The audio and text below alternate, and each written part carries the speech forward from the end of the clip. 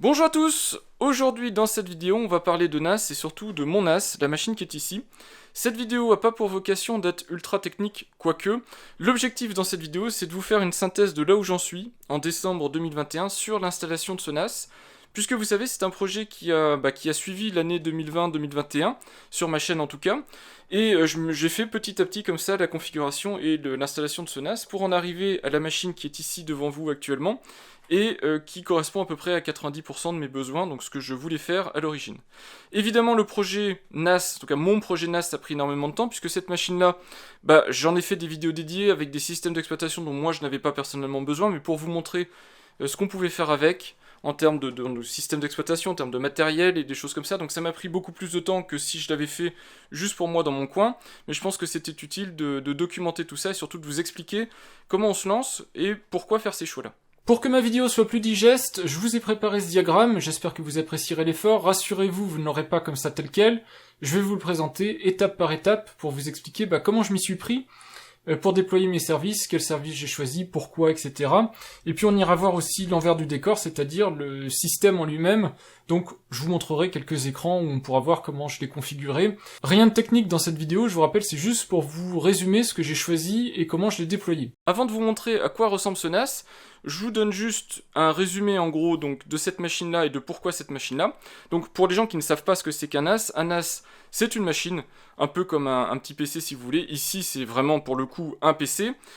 C'est une machine mais dont la vocation principale est le stockage de fichiers, donc un peu comme un serveur si vous voulez, mais spécialisé dans le stockage de fichiers. Du coup, comme c'est une machine spécialisée serveur, vous voyez à l'arrière, elle n'est branchée chez moi qu'à l'alimentation et au réseau que vous avez là-bas, qui est un réseau câblé pour des besoins de bon débit. Contrairement à une machine standard, comme vous avez ici par exemple mon PC, qui elle est une machine classique, donc branchée sur un écran et compagnie.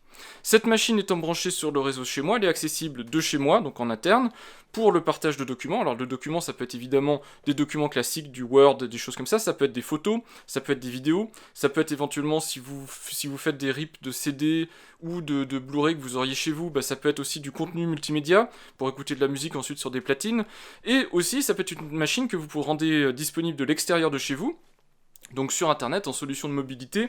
Donc après ça, avec vos smartphones, avec vos tablettes, pouvoir accéder à cette machine-là pour récupérer vos données, modifier vos données, etc. C'est un peu quelque part aussi une alternative à du cloud.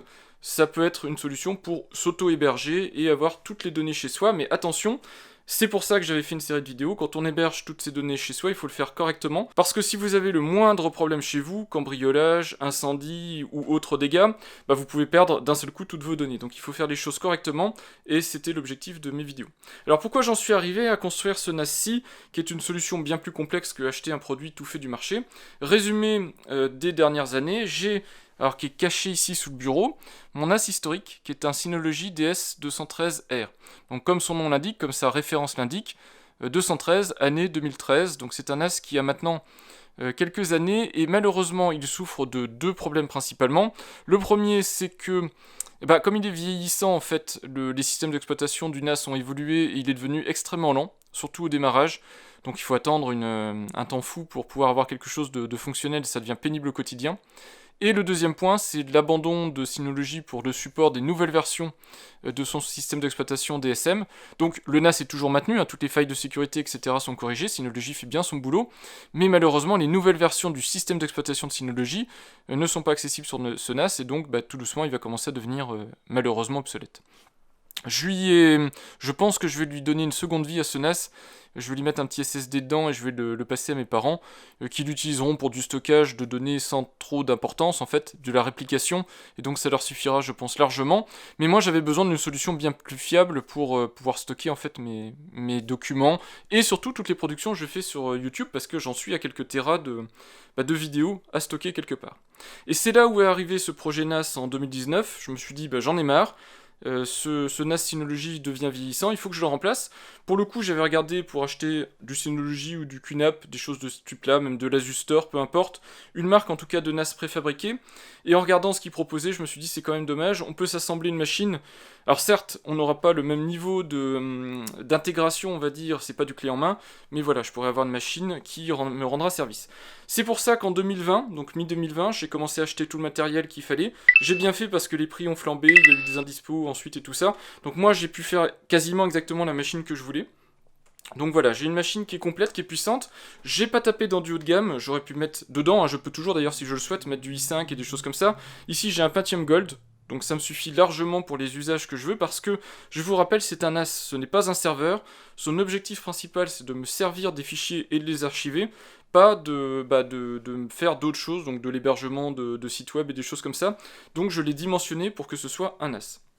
Donc dans cette vidéo maintenant, pour arriver sur le cœur du sujet, l'idée c'est de vous expliquer où j'en suis sur cette machine-là, et vous donner envie d'en savoir plus, parce que si vous voulez en savoir plus, il va falloir me dire exactement ce que vous voulez voir en plus sur ma chaîne. Parce que je vais pas pouvoir faire des vidéos malheureusement sur tout ce que j'ai fait, ça ferait des heures et des heures et des heures de contenu, et malheureusement j'ai pas le temps libre pour vous faire ces vidéos-là, donc il va falloir que vous choisissiez, et là je vous laisse à vous le choix de me dire quels sont les sujets qui vous paraissent primordiaux. S'il y en a pas, vous me dites juste que ça vous intéresse plus de voir des sujets de NAS, je passerai à autre chose, c'est pas un problème pour moi, hein. C'est juste pour savoir ce qui vous intéresse.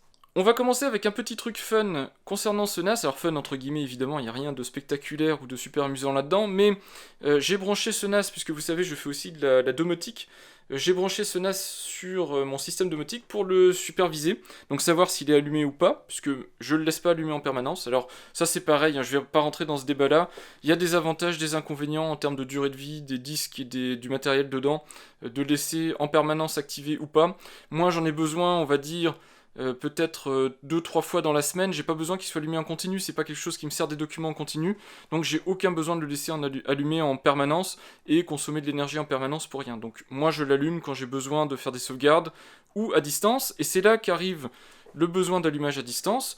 Ce PC, vous voyez que derrière ici, on voit sa carte réseau qui clignote, il est branché. Enfin, il a la capacité de faire du Wake Online et il est branché sur mon réseau local, et surtout ma domotique le connaît.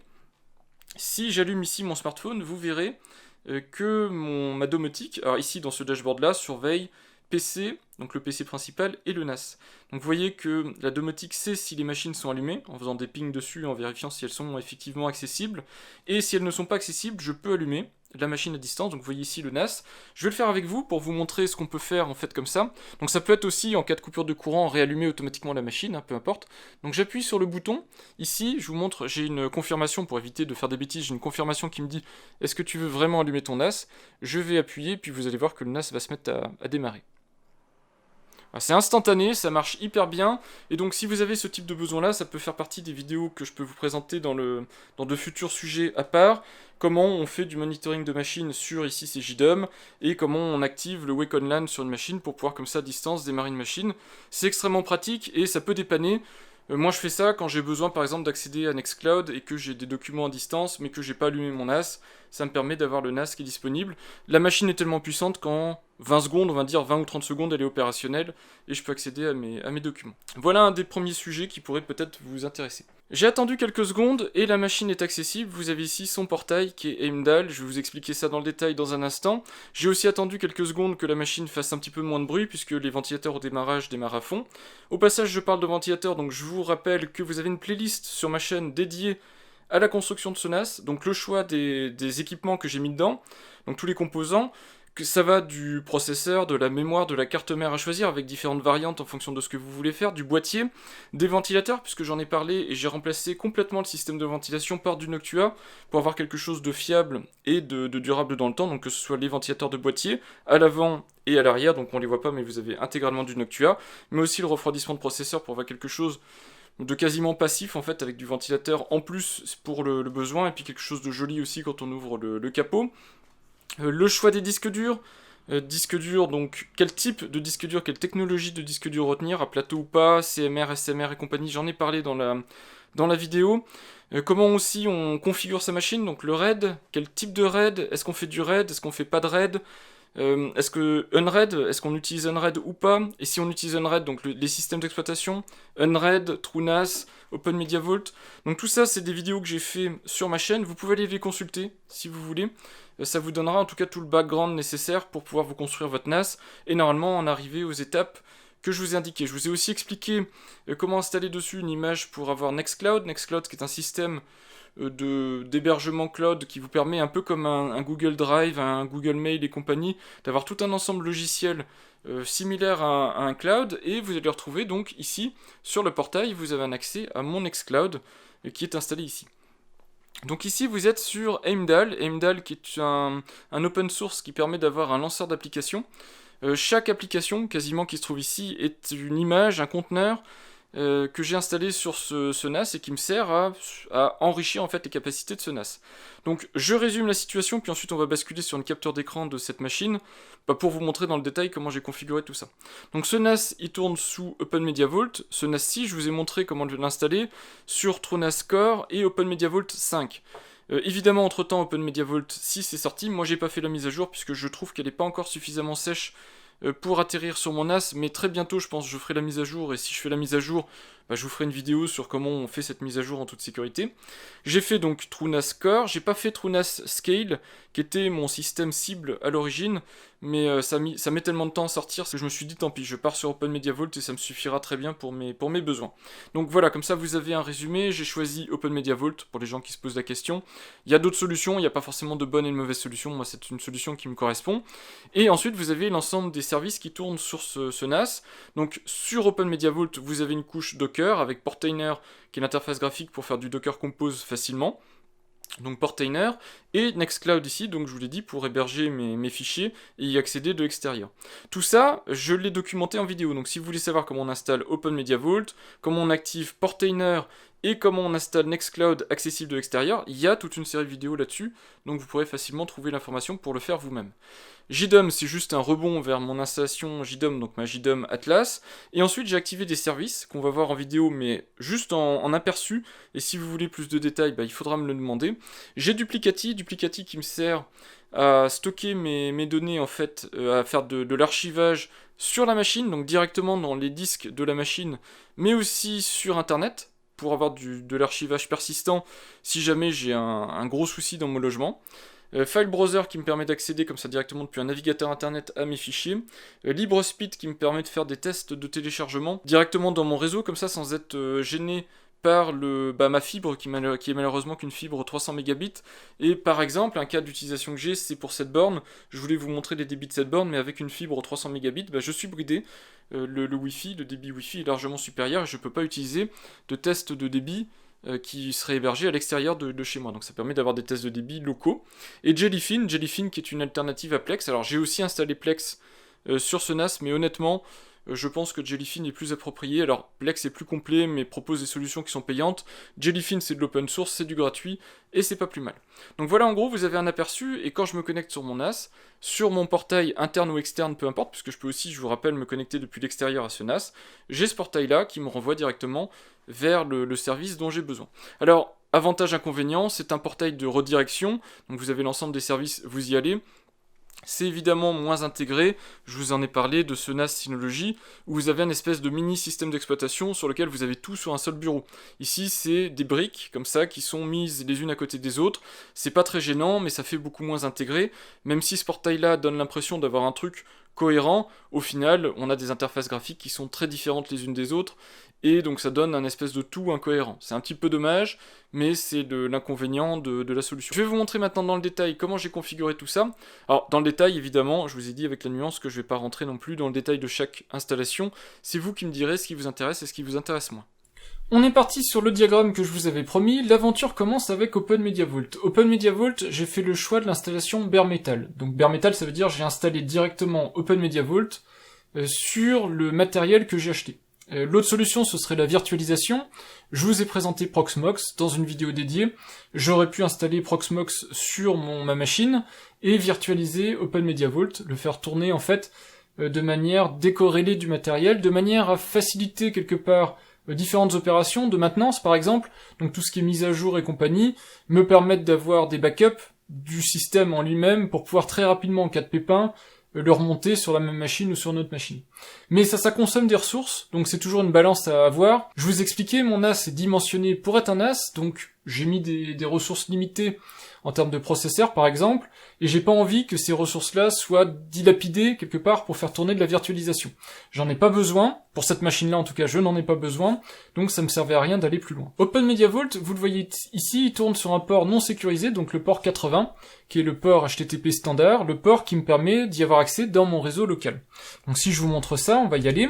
Donc vous voyez ici que j'ai l'adresse IP de mon NAS, je suis bien en HTTP, donc non sécurisé, sur le port 80, et vous voyez ici OpenMediaVault qui fonctionne. Donc il fonctionne bien sur mon Intel Pentium Gold G6400. Alors un Intel Pentium Gold, je vous le répète, j'ai choisi ça, parce que déjà ça consomme pas grand chose, en plus c'est un processeur qui monte à 4 Go, donc en performance pure, brute, en monothreadé, il est très performant, et c'est ce que j'attends d'un NAS, pour tout ce qui est copie de fichiers, chiffrement à la volée, des choses comme ça. Il y a besoin de performance en monocore, éventuellement dual-core, mais au-delà, c'est pas forcément utile, et je n'utilise pas des fonctionnalités de réencodage de films ou de je sais trop quoi à la volée. J'ai pas besoin de ce type de choses-là, donc j'ai quand même 4 cœurs virtuels sur ce processeur-là, mais pas besoin de beaucoup plus. Au niveau des disques, 2 disques de stockage, donc des disques HDD, un disque SSD de 500 Go. Au niveau du partitionnement, j'ai le SDD, donc vous voyez c'est SDA1, qui est partitionné. Donc cette partition SDA1, c'est le système d'exploitation OpenMediaVault. J'ai retenu 32 Go de stockage, ce qui est largement suffisant pour les versions d'OpenMediaVault en cours. J'ai aussi sur le SSD, et vous voyez ça s'appelle Fast One, j'ai la partie pour y stocker mes conteneurs, mes données d'application, des choses comme ça, donc pour que vraiment cette partie-là aille le plus rapidement possible.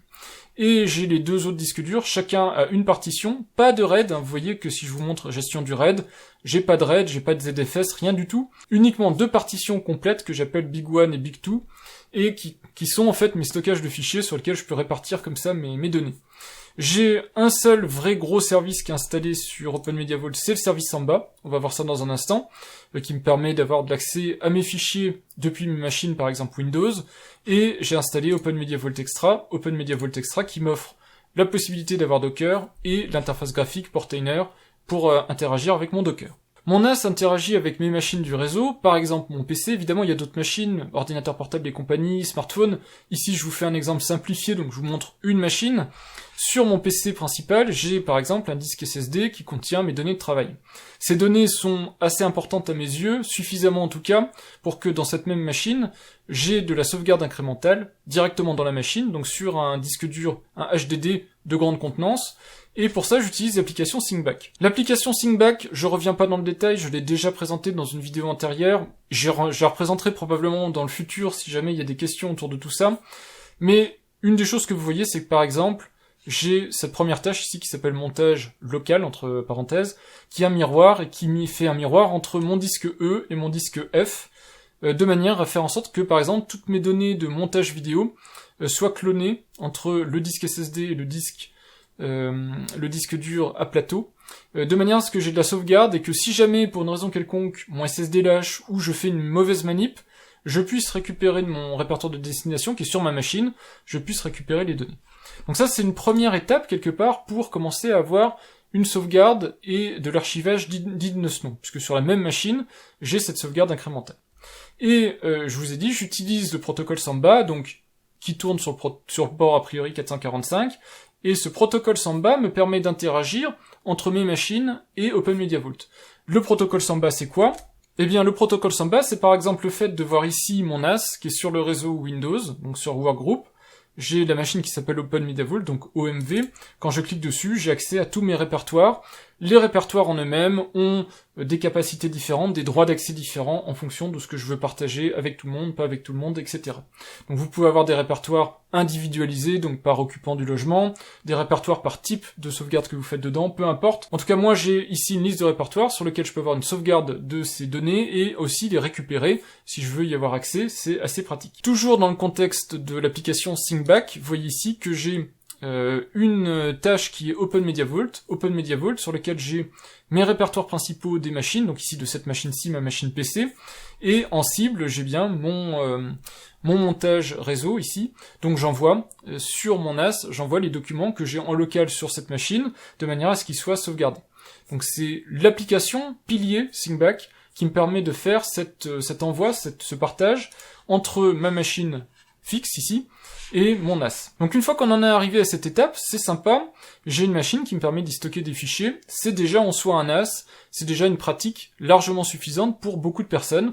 Vous pouvez stocker des fichiers, vous pouvez les récupérer. Moi, je vous l'ai dit, j'ai des besoins un petit peu plus complexes, donc j'ai déployé des choses supplémentaires. En particulier, et je vous l'ai dit, sur ce NAS, sur OpenMediaVault, je vous l'ai expliqué en vidéo, j'ai déployé Docker avec Portainer. Ça se fait très facilement, en quelques clics. Pour rappel, dans OpenMediaVault, c'est juste aller dans OMV Extra, vous installez Docker, donc ça se fait ici, vous cliquez sur installer, vous cliquez sur installer Portainer, vous avez l'interface graphique de Portainer qui arrive, ça se fait en quelques clics, c'est vraiment hyper facile à déployer dans OpenMediaVault. Et ensuite, donc, vous avez une interface d'interaction avec votre Portainer. Donc, si je vous montre l'exemple Portainer, voilà mon interface d'administration de Portainer qui est sur le port 9000. Je l'ai pas mis dans le schéma général parce que sinon ça commençait à devenir beaucoup trop lourd. Mais ici, c'est là où je vais pouvoir gérer mes conteneurs Docker, les configurer, les remettre à jour, des choses de ce type-là. Donc, tout ça se passe comme ça très facilement. C'est quasiment pré-livré avec OpenMediaVault. Là-dessus, c'est assez facile. L'étape d'après, c'est que j'ai voulu sécuriser OpenMediaVault en fournissant de l'HTTPS. Alors évidemment, OpenMediaVault, vous pouvez accéder à OpenMediaVault en lui-même via le port HTTPS. C'est standard, il y a juste une case à cocher, vous pouvez la voir. J'ai donc profité d'avoir Docker disponible pour déployer un premier conteneur qui est probablement le plus important de cette machine, qui est le conteneur Swag. Swag, c'est un reverse proxy. Je vous mettrai le lien vers le projet Swag. Swag, il contient un serveur HTTP, qui est, alors moi je l'appelle Nginx, mais c'est Nginx en anglais, qui est un serveur web en fait, très configurable. Et dans le conteneur Swag, vous avez aussi une préconfiguration de Let's Encrypt qui vous permet, si vous avez un nom de domaine par exemple, comme je vous l'ai expliqué avec la vidéo sur Nextcloud, comment sécuriser Nextcloud, c'est exactement le même principe ici. Vous pouvez sécuriser votre nom de domaine, que ce soit du DuckDNS ou si vous avez acheté un vrai domaine, vous pouvez obtenir un certificat pour ensuite rendre cette machine accessible de l'extérieur et avoir un vrai certificat HTTPS pour garantir que votre connexion est sécurisée. Et donc c'est ce serveur-ci qui ouvre le port 443, donc j'ai quelque part économisé le port 443 de ma machine OpenMediaVault pour le réserver pour le conteneur Docker, qui est le seul conteneur en fait qui a un port, un vrai port externe à la machine accessible. C'est le seul qui ouvre ce port-là, avec, on verra après, le port Jellyfin, juste pour des commodités. Mais voilà, là j'ai un port qui est ouvert et qui me permet de me connecter comme ça en sécurisé sur la machine. Alors en soi, le serveur, le reverse proxy Swag, il sert pas à grand-chose. Là où il est utile, c'est si vous déployez derrière d'autres conteneurs. Donc j'ai Nextcloud, j'ai aussi un serveur Jellyfin pour tout ce qui est gestion de vidéos et de choses comme ça, donc y avoir accès depuis mes platines multimédia, et d'autres services, on verra en particulier Duplicatic. Évidemment, tous ces conteneurs-là ont un accès au système de fichiers. Alors c'est au cas par cas, et Nextcloud par exemple a certains accès à des documents ou des photos, Jellyfin a d'autres accès pour tout ce qui est vidéo, photo, et Duplicatic a d'autres accès encore pour faire de l'archivage sur du long terme. Mais en tout cas, vous voyez que ces conteneurs, en eux-mêmes, j'ai fait exprès de les mettre derrière le gros conteneur ici Swag, ils ne sont pas accessibles, peut-être que je les configurerai directement dans mon réseau. J'aurais pu rendre les ports, les différents ports de ces services-là disponibles de l'extérieur, c'est-à-dire sur mon réseau local, voire même sur Internet, mais j'ai choisi de les cacher dans la partie réseau Docker pour que uniquement Swag ouvre un port 443 et en fait tout va être caché derrière. Donc je vous expliquerai vite fait comment je m'y suis pris. Ça à nouveau c'est quelque chose dont il faudrait que je fasse quasiment une vidéo dédiée de reverse proxy si je voulais vous expliquer comment ça marche dans le détail. Dans les grandes lignes, c'est comme ce que je vous avais expliqué pour la partie Nextcloud de toute façon.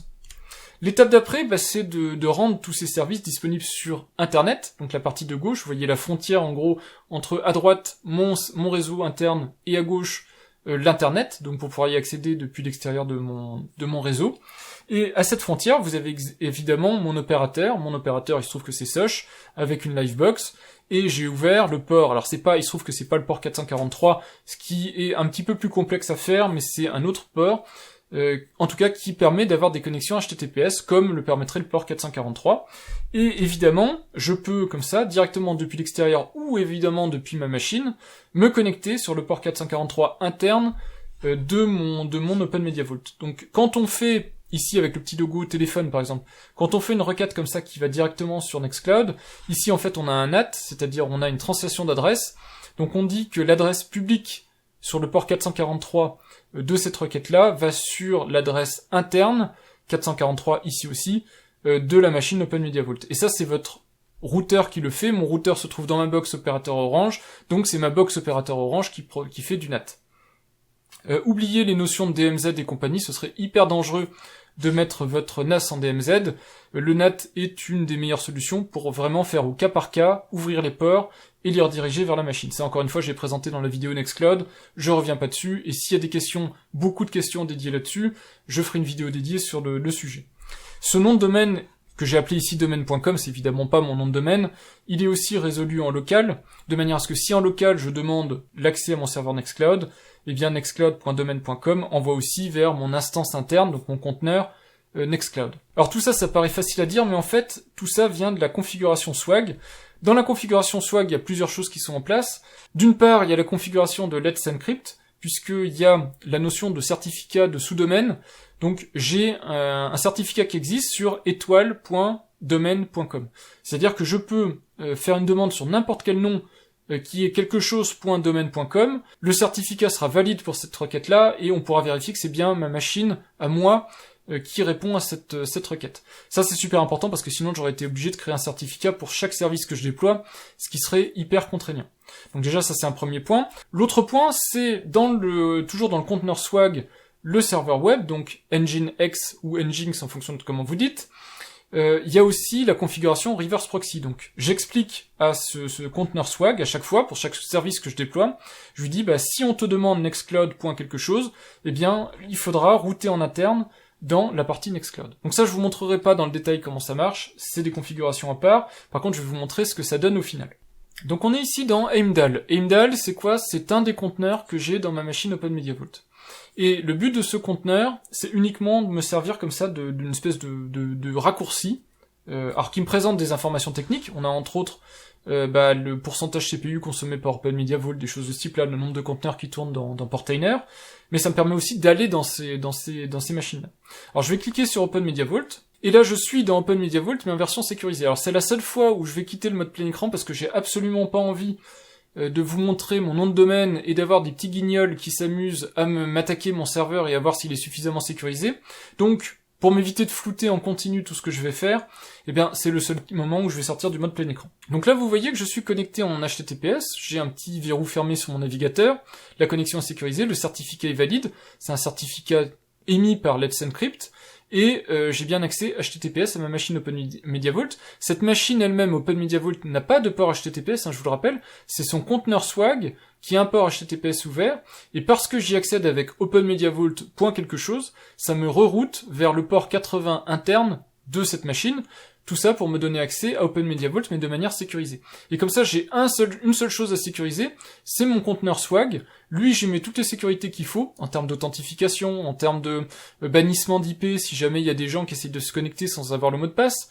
Et comme ça, ce point unique d'entrée me permet ensuite de me reconnecter sur tous mes services de mon NAS. Alors évidemment, j'ai juste à mettre user mot de passe et vous voyez que je suis connecté à OpenMediaVault comme je l'aurais été en local. En fait, il n'y a absolument aucune différence.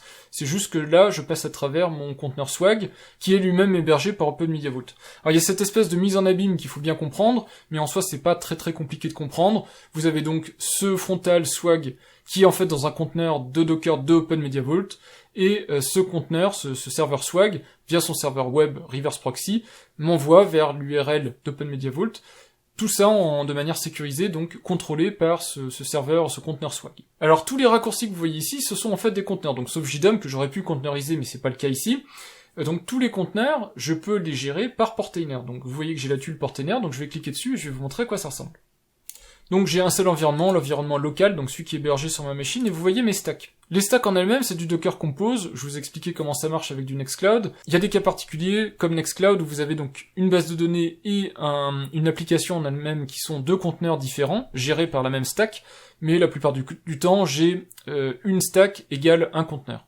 Et le fait de passer par des stacks, ça me permet très facilement comme ça de modifier les configurations et de redéployer de manière très simple. Vous voyez qu'en termes de port publié, j'ai juste le port 443, qui est sur la ligne Swag, et le port 9000, d'ailleurs je sais pas pourquoi j'ai le port 8000, faudra que je le retire, j'ai le port 9000, qui est le port pour mon Portainer.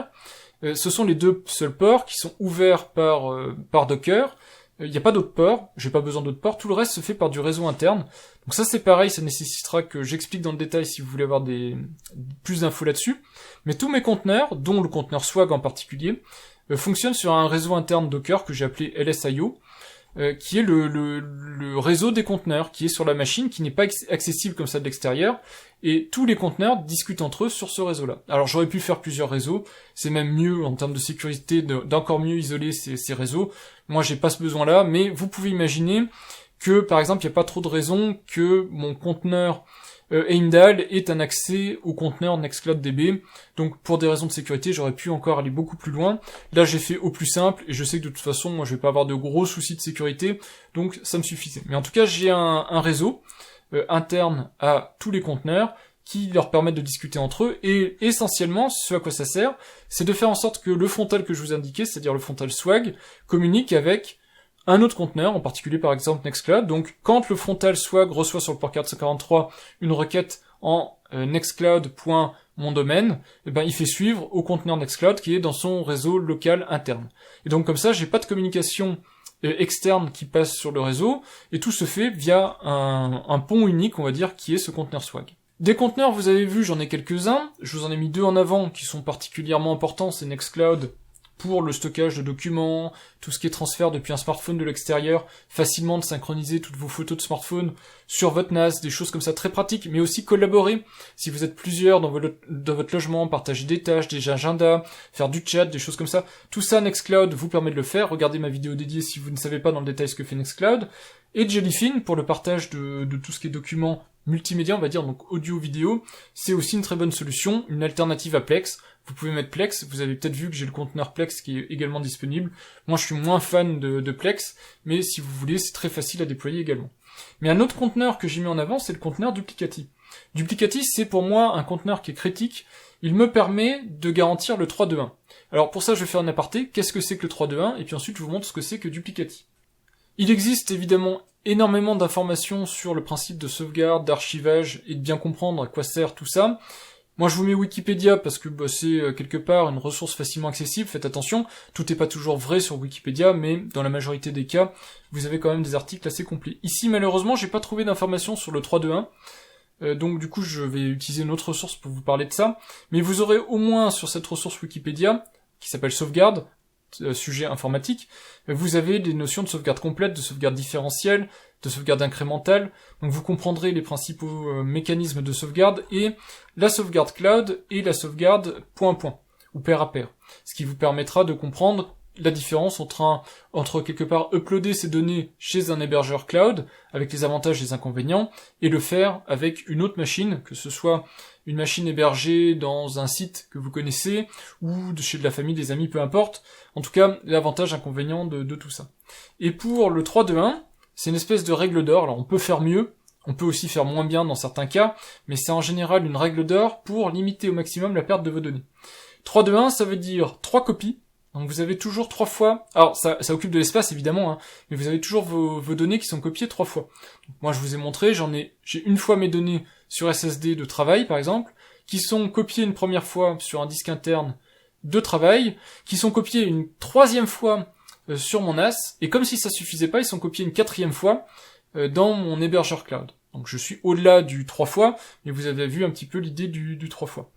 Le x2 de la règle 3-2-1, c'est sur 2 types de stockage différents, c'est important, parce que si vous faites des sauvegardes sur le même support que votre support de travail, si ce support de travail lâche, vous perdez votre sauvegarde avec, c'est un petit peu dommage, donc il faut 2 types de supports de stockage différents, donc ça peut être un disque, un partage réseau, de la sauvegarde sur bande, on n'en parle pas trop pour un particulier, ça peut être du cloud, peu importe, mais en tout cas 2 technologies de sauvegarde bien différentes. Et enfin, le 1, c'est l'externalisation de votre sauvegarde.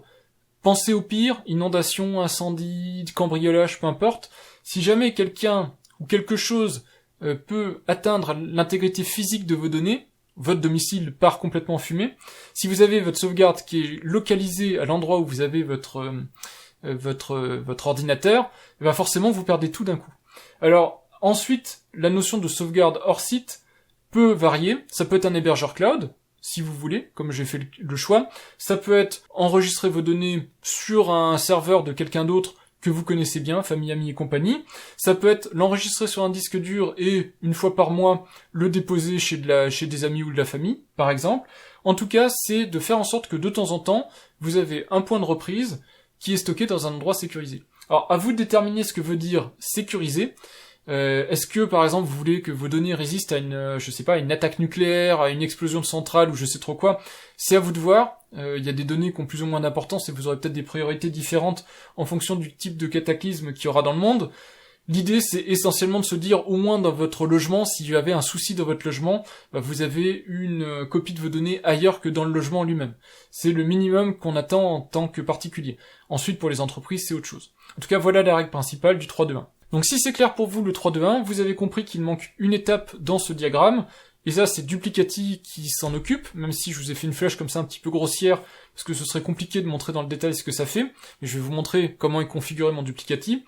Et cette étape-ci, c'est d'externaliser mes sauvegardes, de manière à ce que si jamais sur site j'ai une catastrophe, au moins j'ai une sauvegarde externalisée de mes données, de manière à pouvoir la récupérer après coup, et quelque part garantir que j'ai accès toujours à ces données.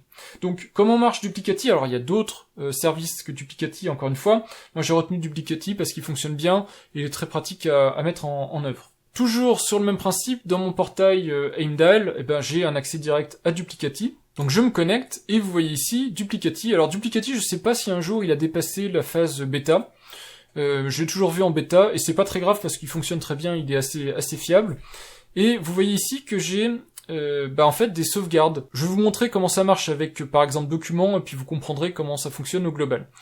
Le principe de Duplicati, c'est vous lui donnez une source, vous lui donnez une destination, exactement comme je vous ai montré avec Syncback, et il va s'occuper de faire de la sauvegarde, mais de la sauvegarde versionnée. Donc vous voyez ici que par exemple j'ai 129 Go de photos, j'ai des photos en RAW, des photos en JPEG, des photos qui viennent de smartphone, etc. Et lui s'occupe de versionner tout ça. De manière à ce que si du jour au lendemain vous supprimez par mégarde des photos, ou vos photos se font chiffrer parce que vous avez un virus, quelque chose comme ça, qui se met à chiffrer tout le contenu de votre disque, eh bien vous pouvez remonter de version en version pour récupérer la version qui fonctionne. Alors, comment je l'ai configuré? Je vous montre sur cette version-ci. J'ai une destination, qui est l'endroit où je fais mes sauvegardes. Donc, dans mon NAS, j'ai un disque qui sert aux sources, un disque qui sert aux sauvegardes. Et plutôt qu'avoir un RAID qui me ferait perdre la moitié de la capacité totale que j'ai, moi je préfère avoir deux disques durs. Un disque dur qui est un disque dur brut, on va dire, où je jette mes données dessus. Si ce disque dur lâche, potentiellement j'aurais tout perdu, donc du coup mon deuxième disque dur est un disque dur qui fait toutes les sauvegardes incrémentales, de manière à pouvoir me récupérer toutes mes données, mais aussi de manière chronologique. Et comme ça, plutôt qu'avoir un RAID où je perds la capacité brute, je la divise par deux, avec un RAID simple, un RAID 1 par exemple, et bien là j'ai une manière beaucoup plus intelligente de récupérer mes données. Évidemment, s'il y a un crash de disque, il me faudra quelques heures pour pouvoir tout remettre en place une fois que j'aurai acheté un nouveau disque. Mais en attendant, j'économise de l'argent, j'économise de la place en optimisant le stockage que j'ai avec les disques. Donc ça c'est la cible, donc je dis dans le montage backup, donc dans le disque 2 qui me sert au backup, tu me mets dans backup document tout le contenu que tu trouves, et dans les données sources, il va chercher dans le disque source, donc le disque 1, il va chercher des documents. Alors on peut mettre des filtres, des exclusions en fonction de ce que vous voulez faire, mais le principe général est là. Vous pouvez évidemment planifier tout ça, très important, pour être sûr de ne pas oublier, donc moi ça se produit tous les jours. Vous avez des options, en particulier faire des tailles de volume, donc ici comme je suis en local, il va faire des volumes de 1 giga à chaque fois, puisque j'ai quand même de la place sur mes disques. Et rétention de sauvegarde intelligente, c'est-à-dire qu'il fait une sauvegarde sur 7 jours. Une fois qu'on a dépassé cette période de 7 jours, donc de 7 sauvegardes, il garde une sauvegarde par semaine. Donc sur un mois, vous avez 4 sauvegardes complètes plus les 7 sauvegardes de la semaine en cours.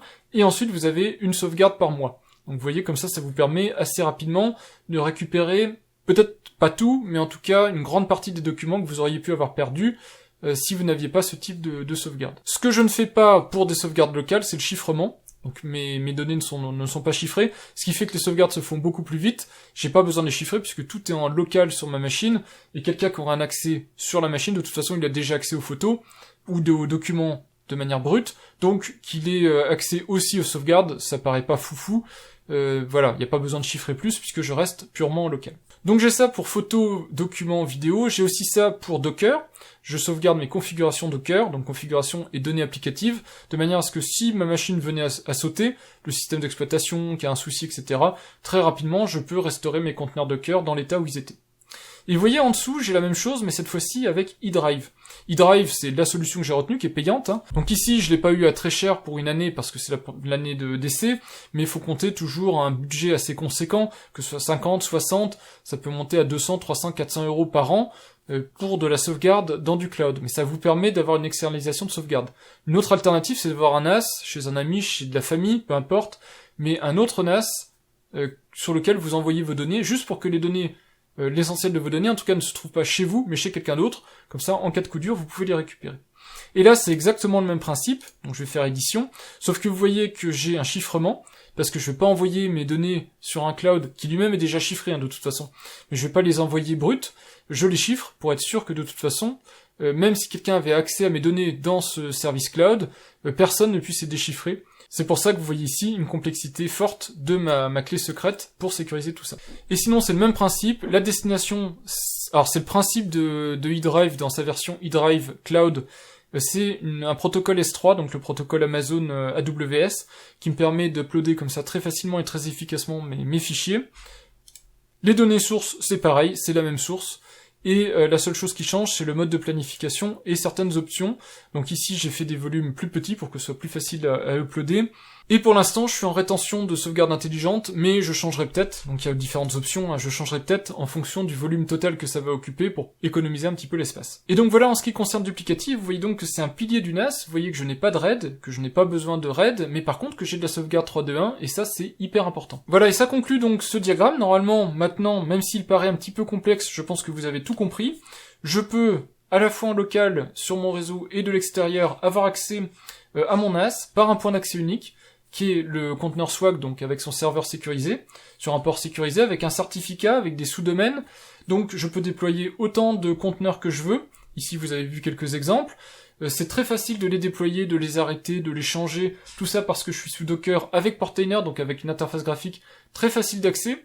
Regardez ma vidéo Nextcloud, je vous le dis encore une fois, mais regardez-la si vous voulez voir dans le détail comment on configure tout ça.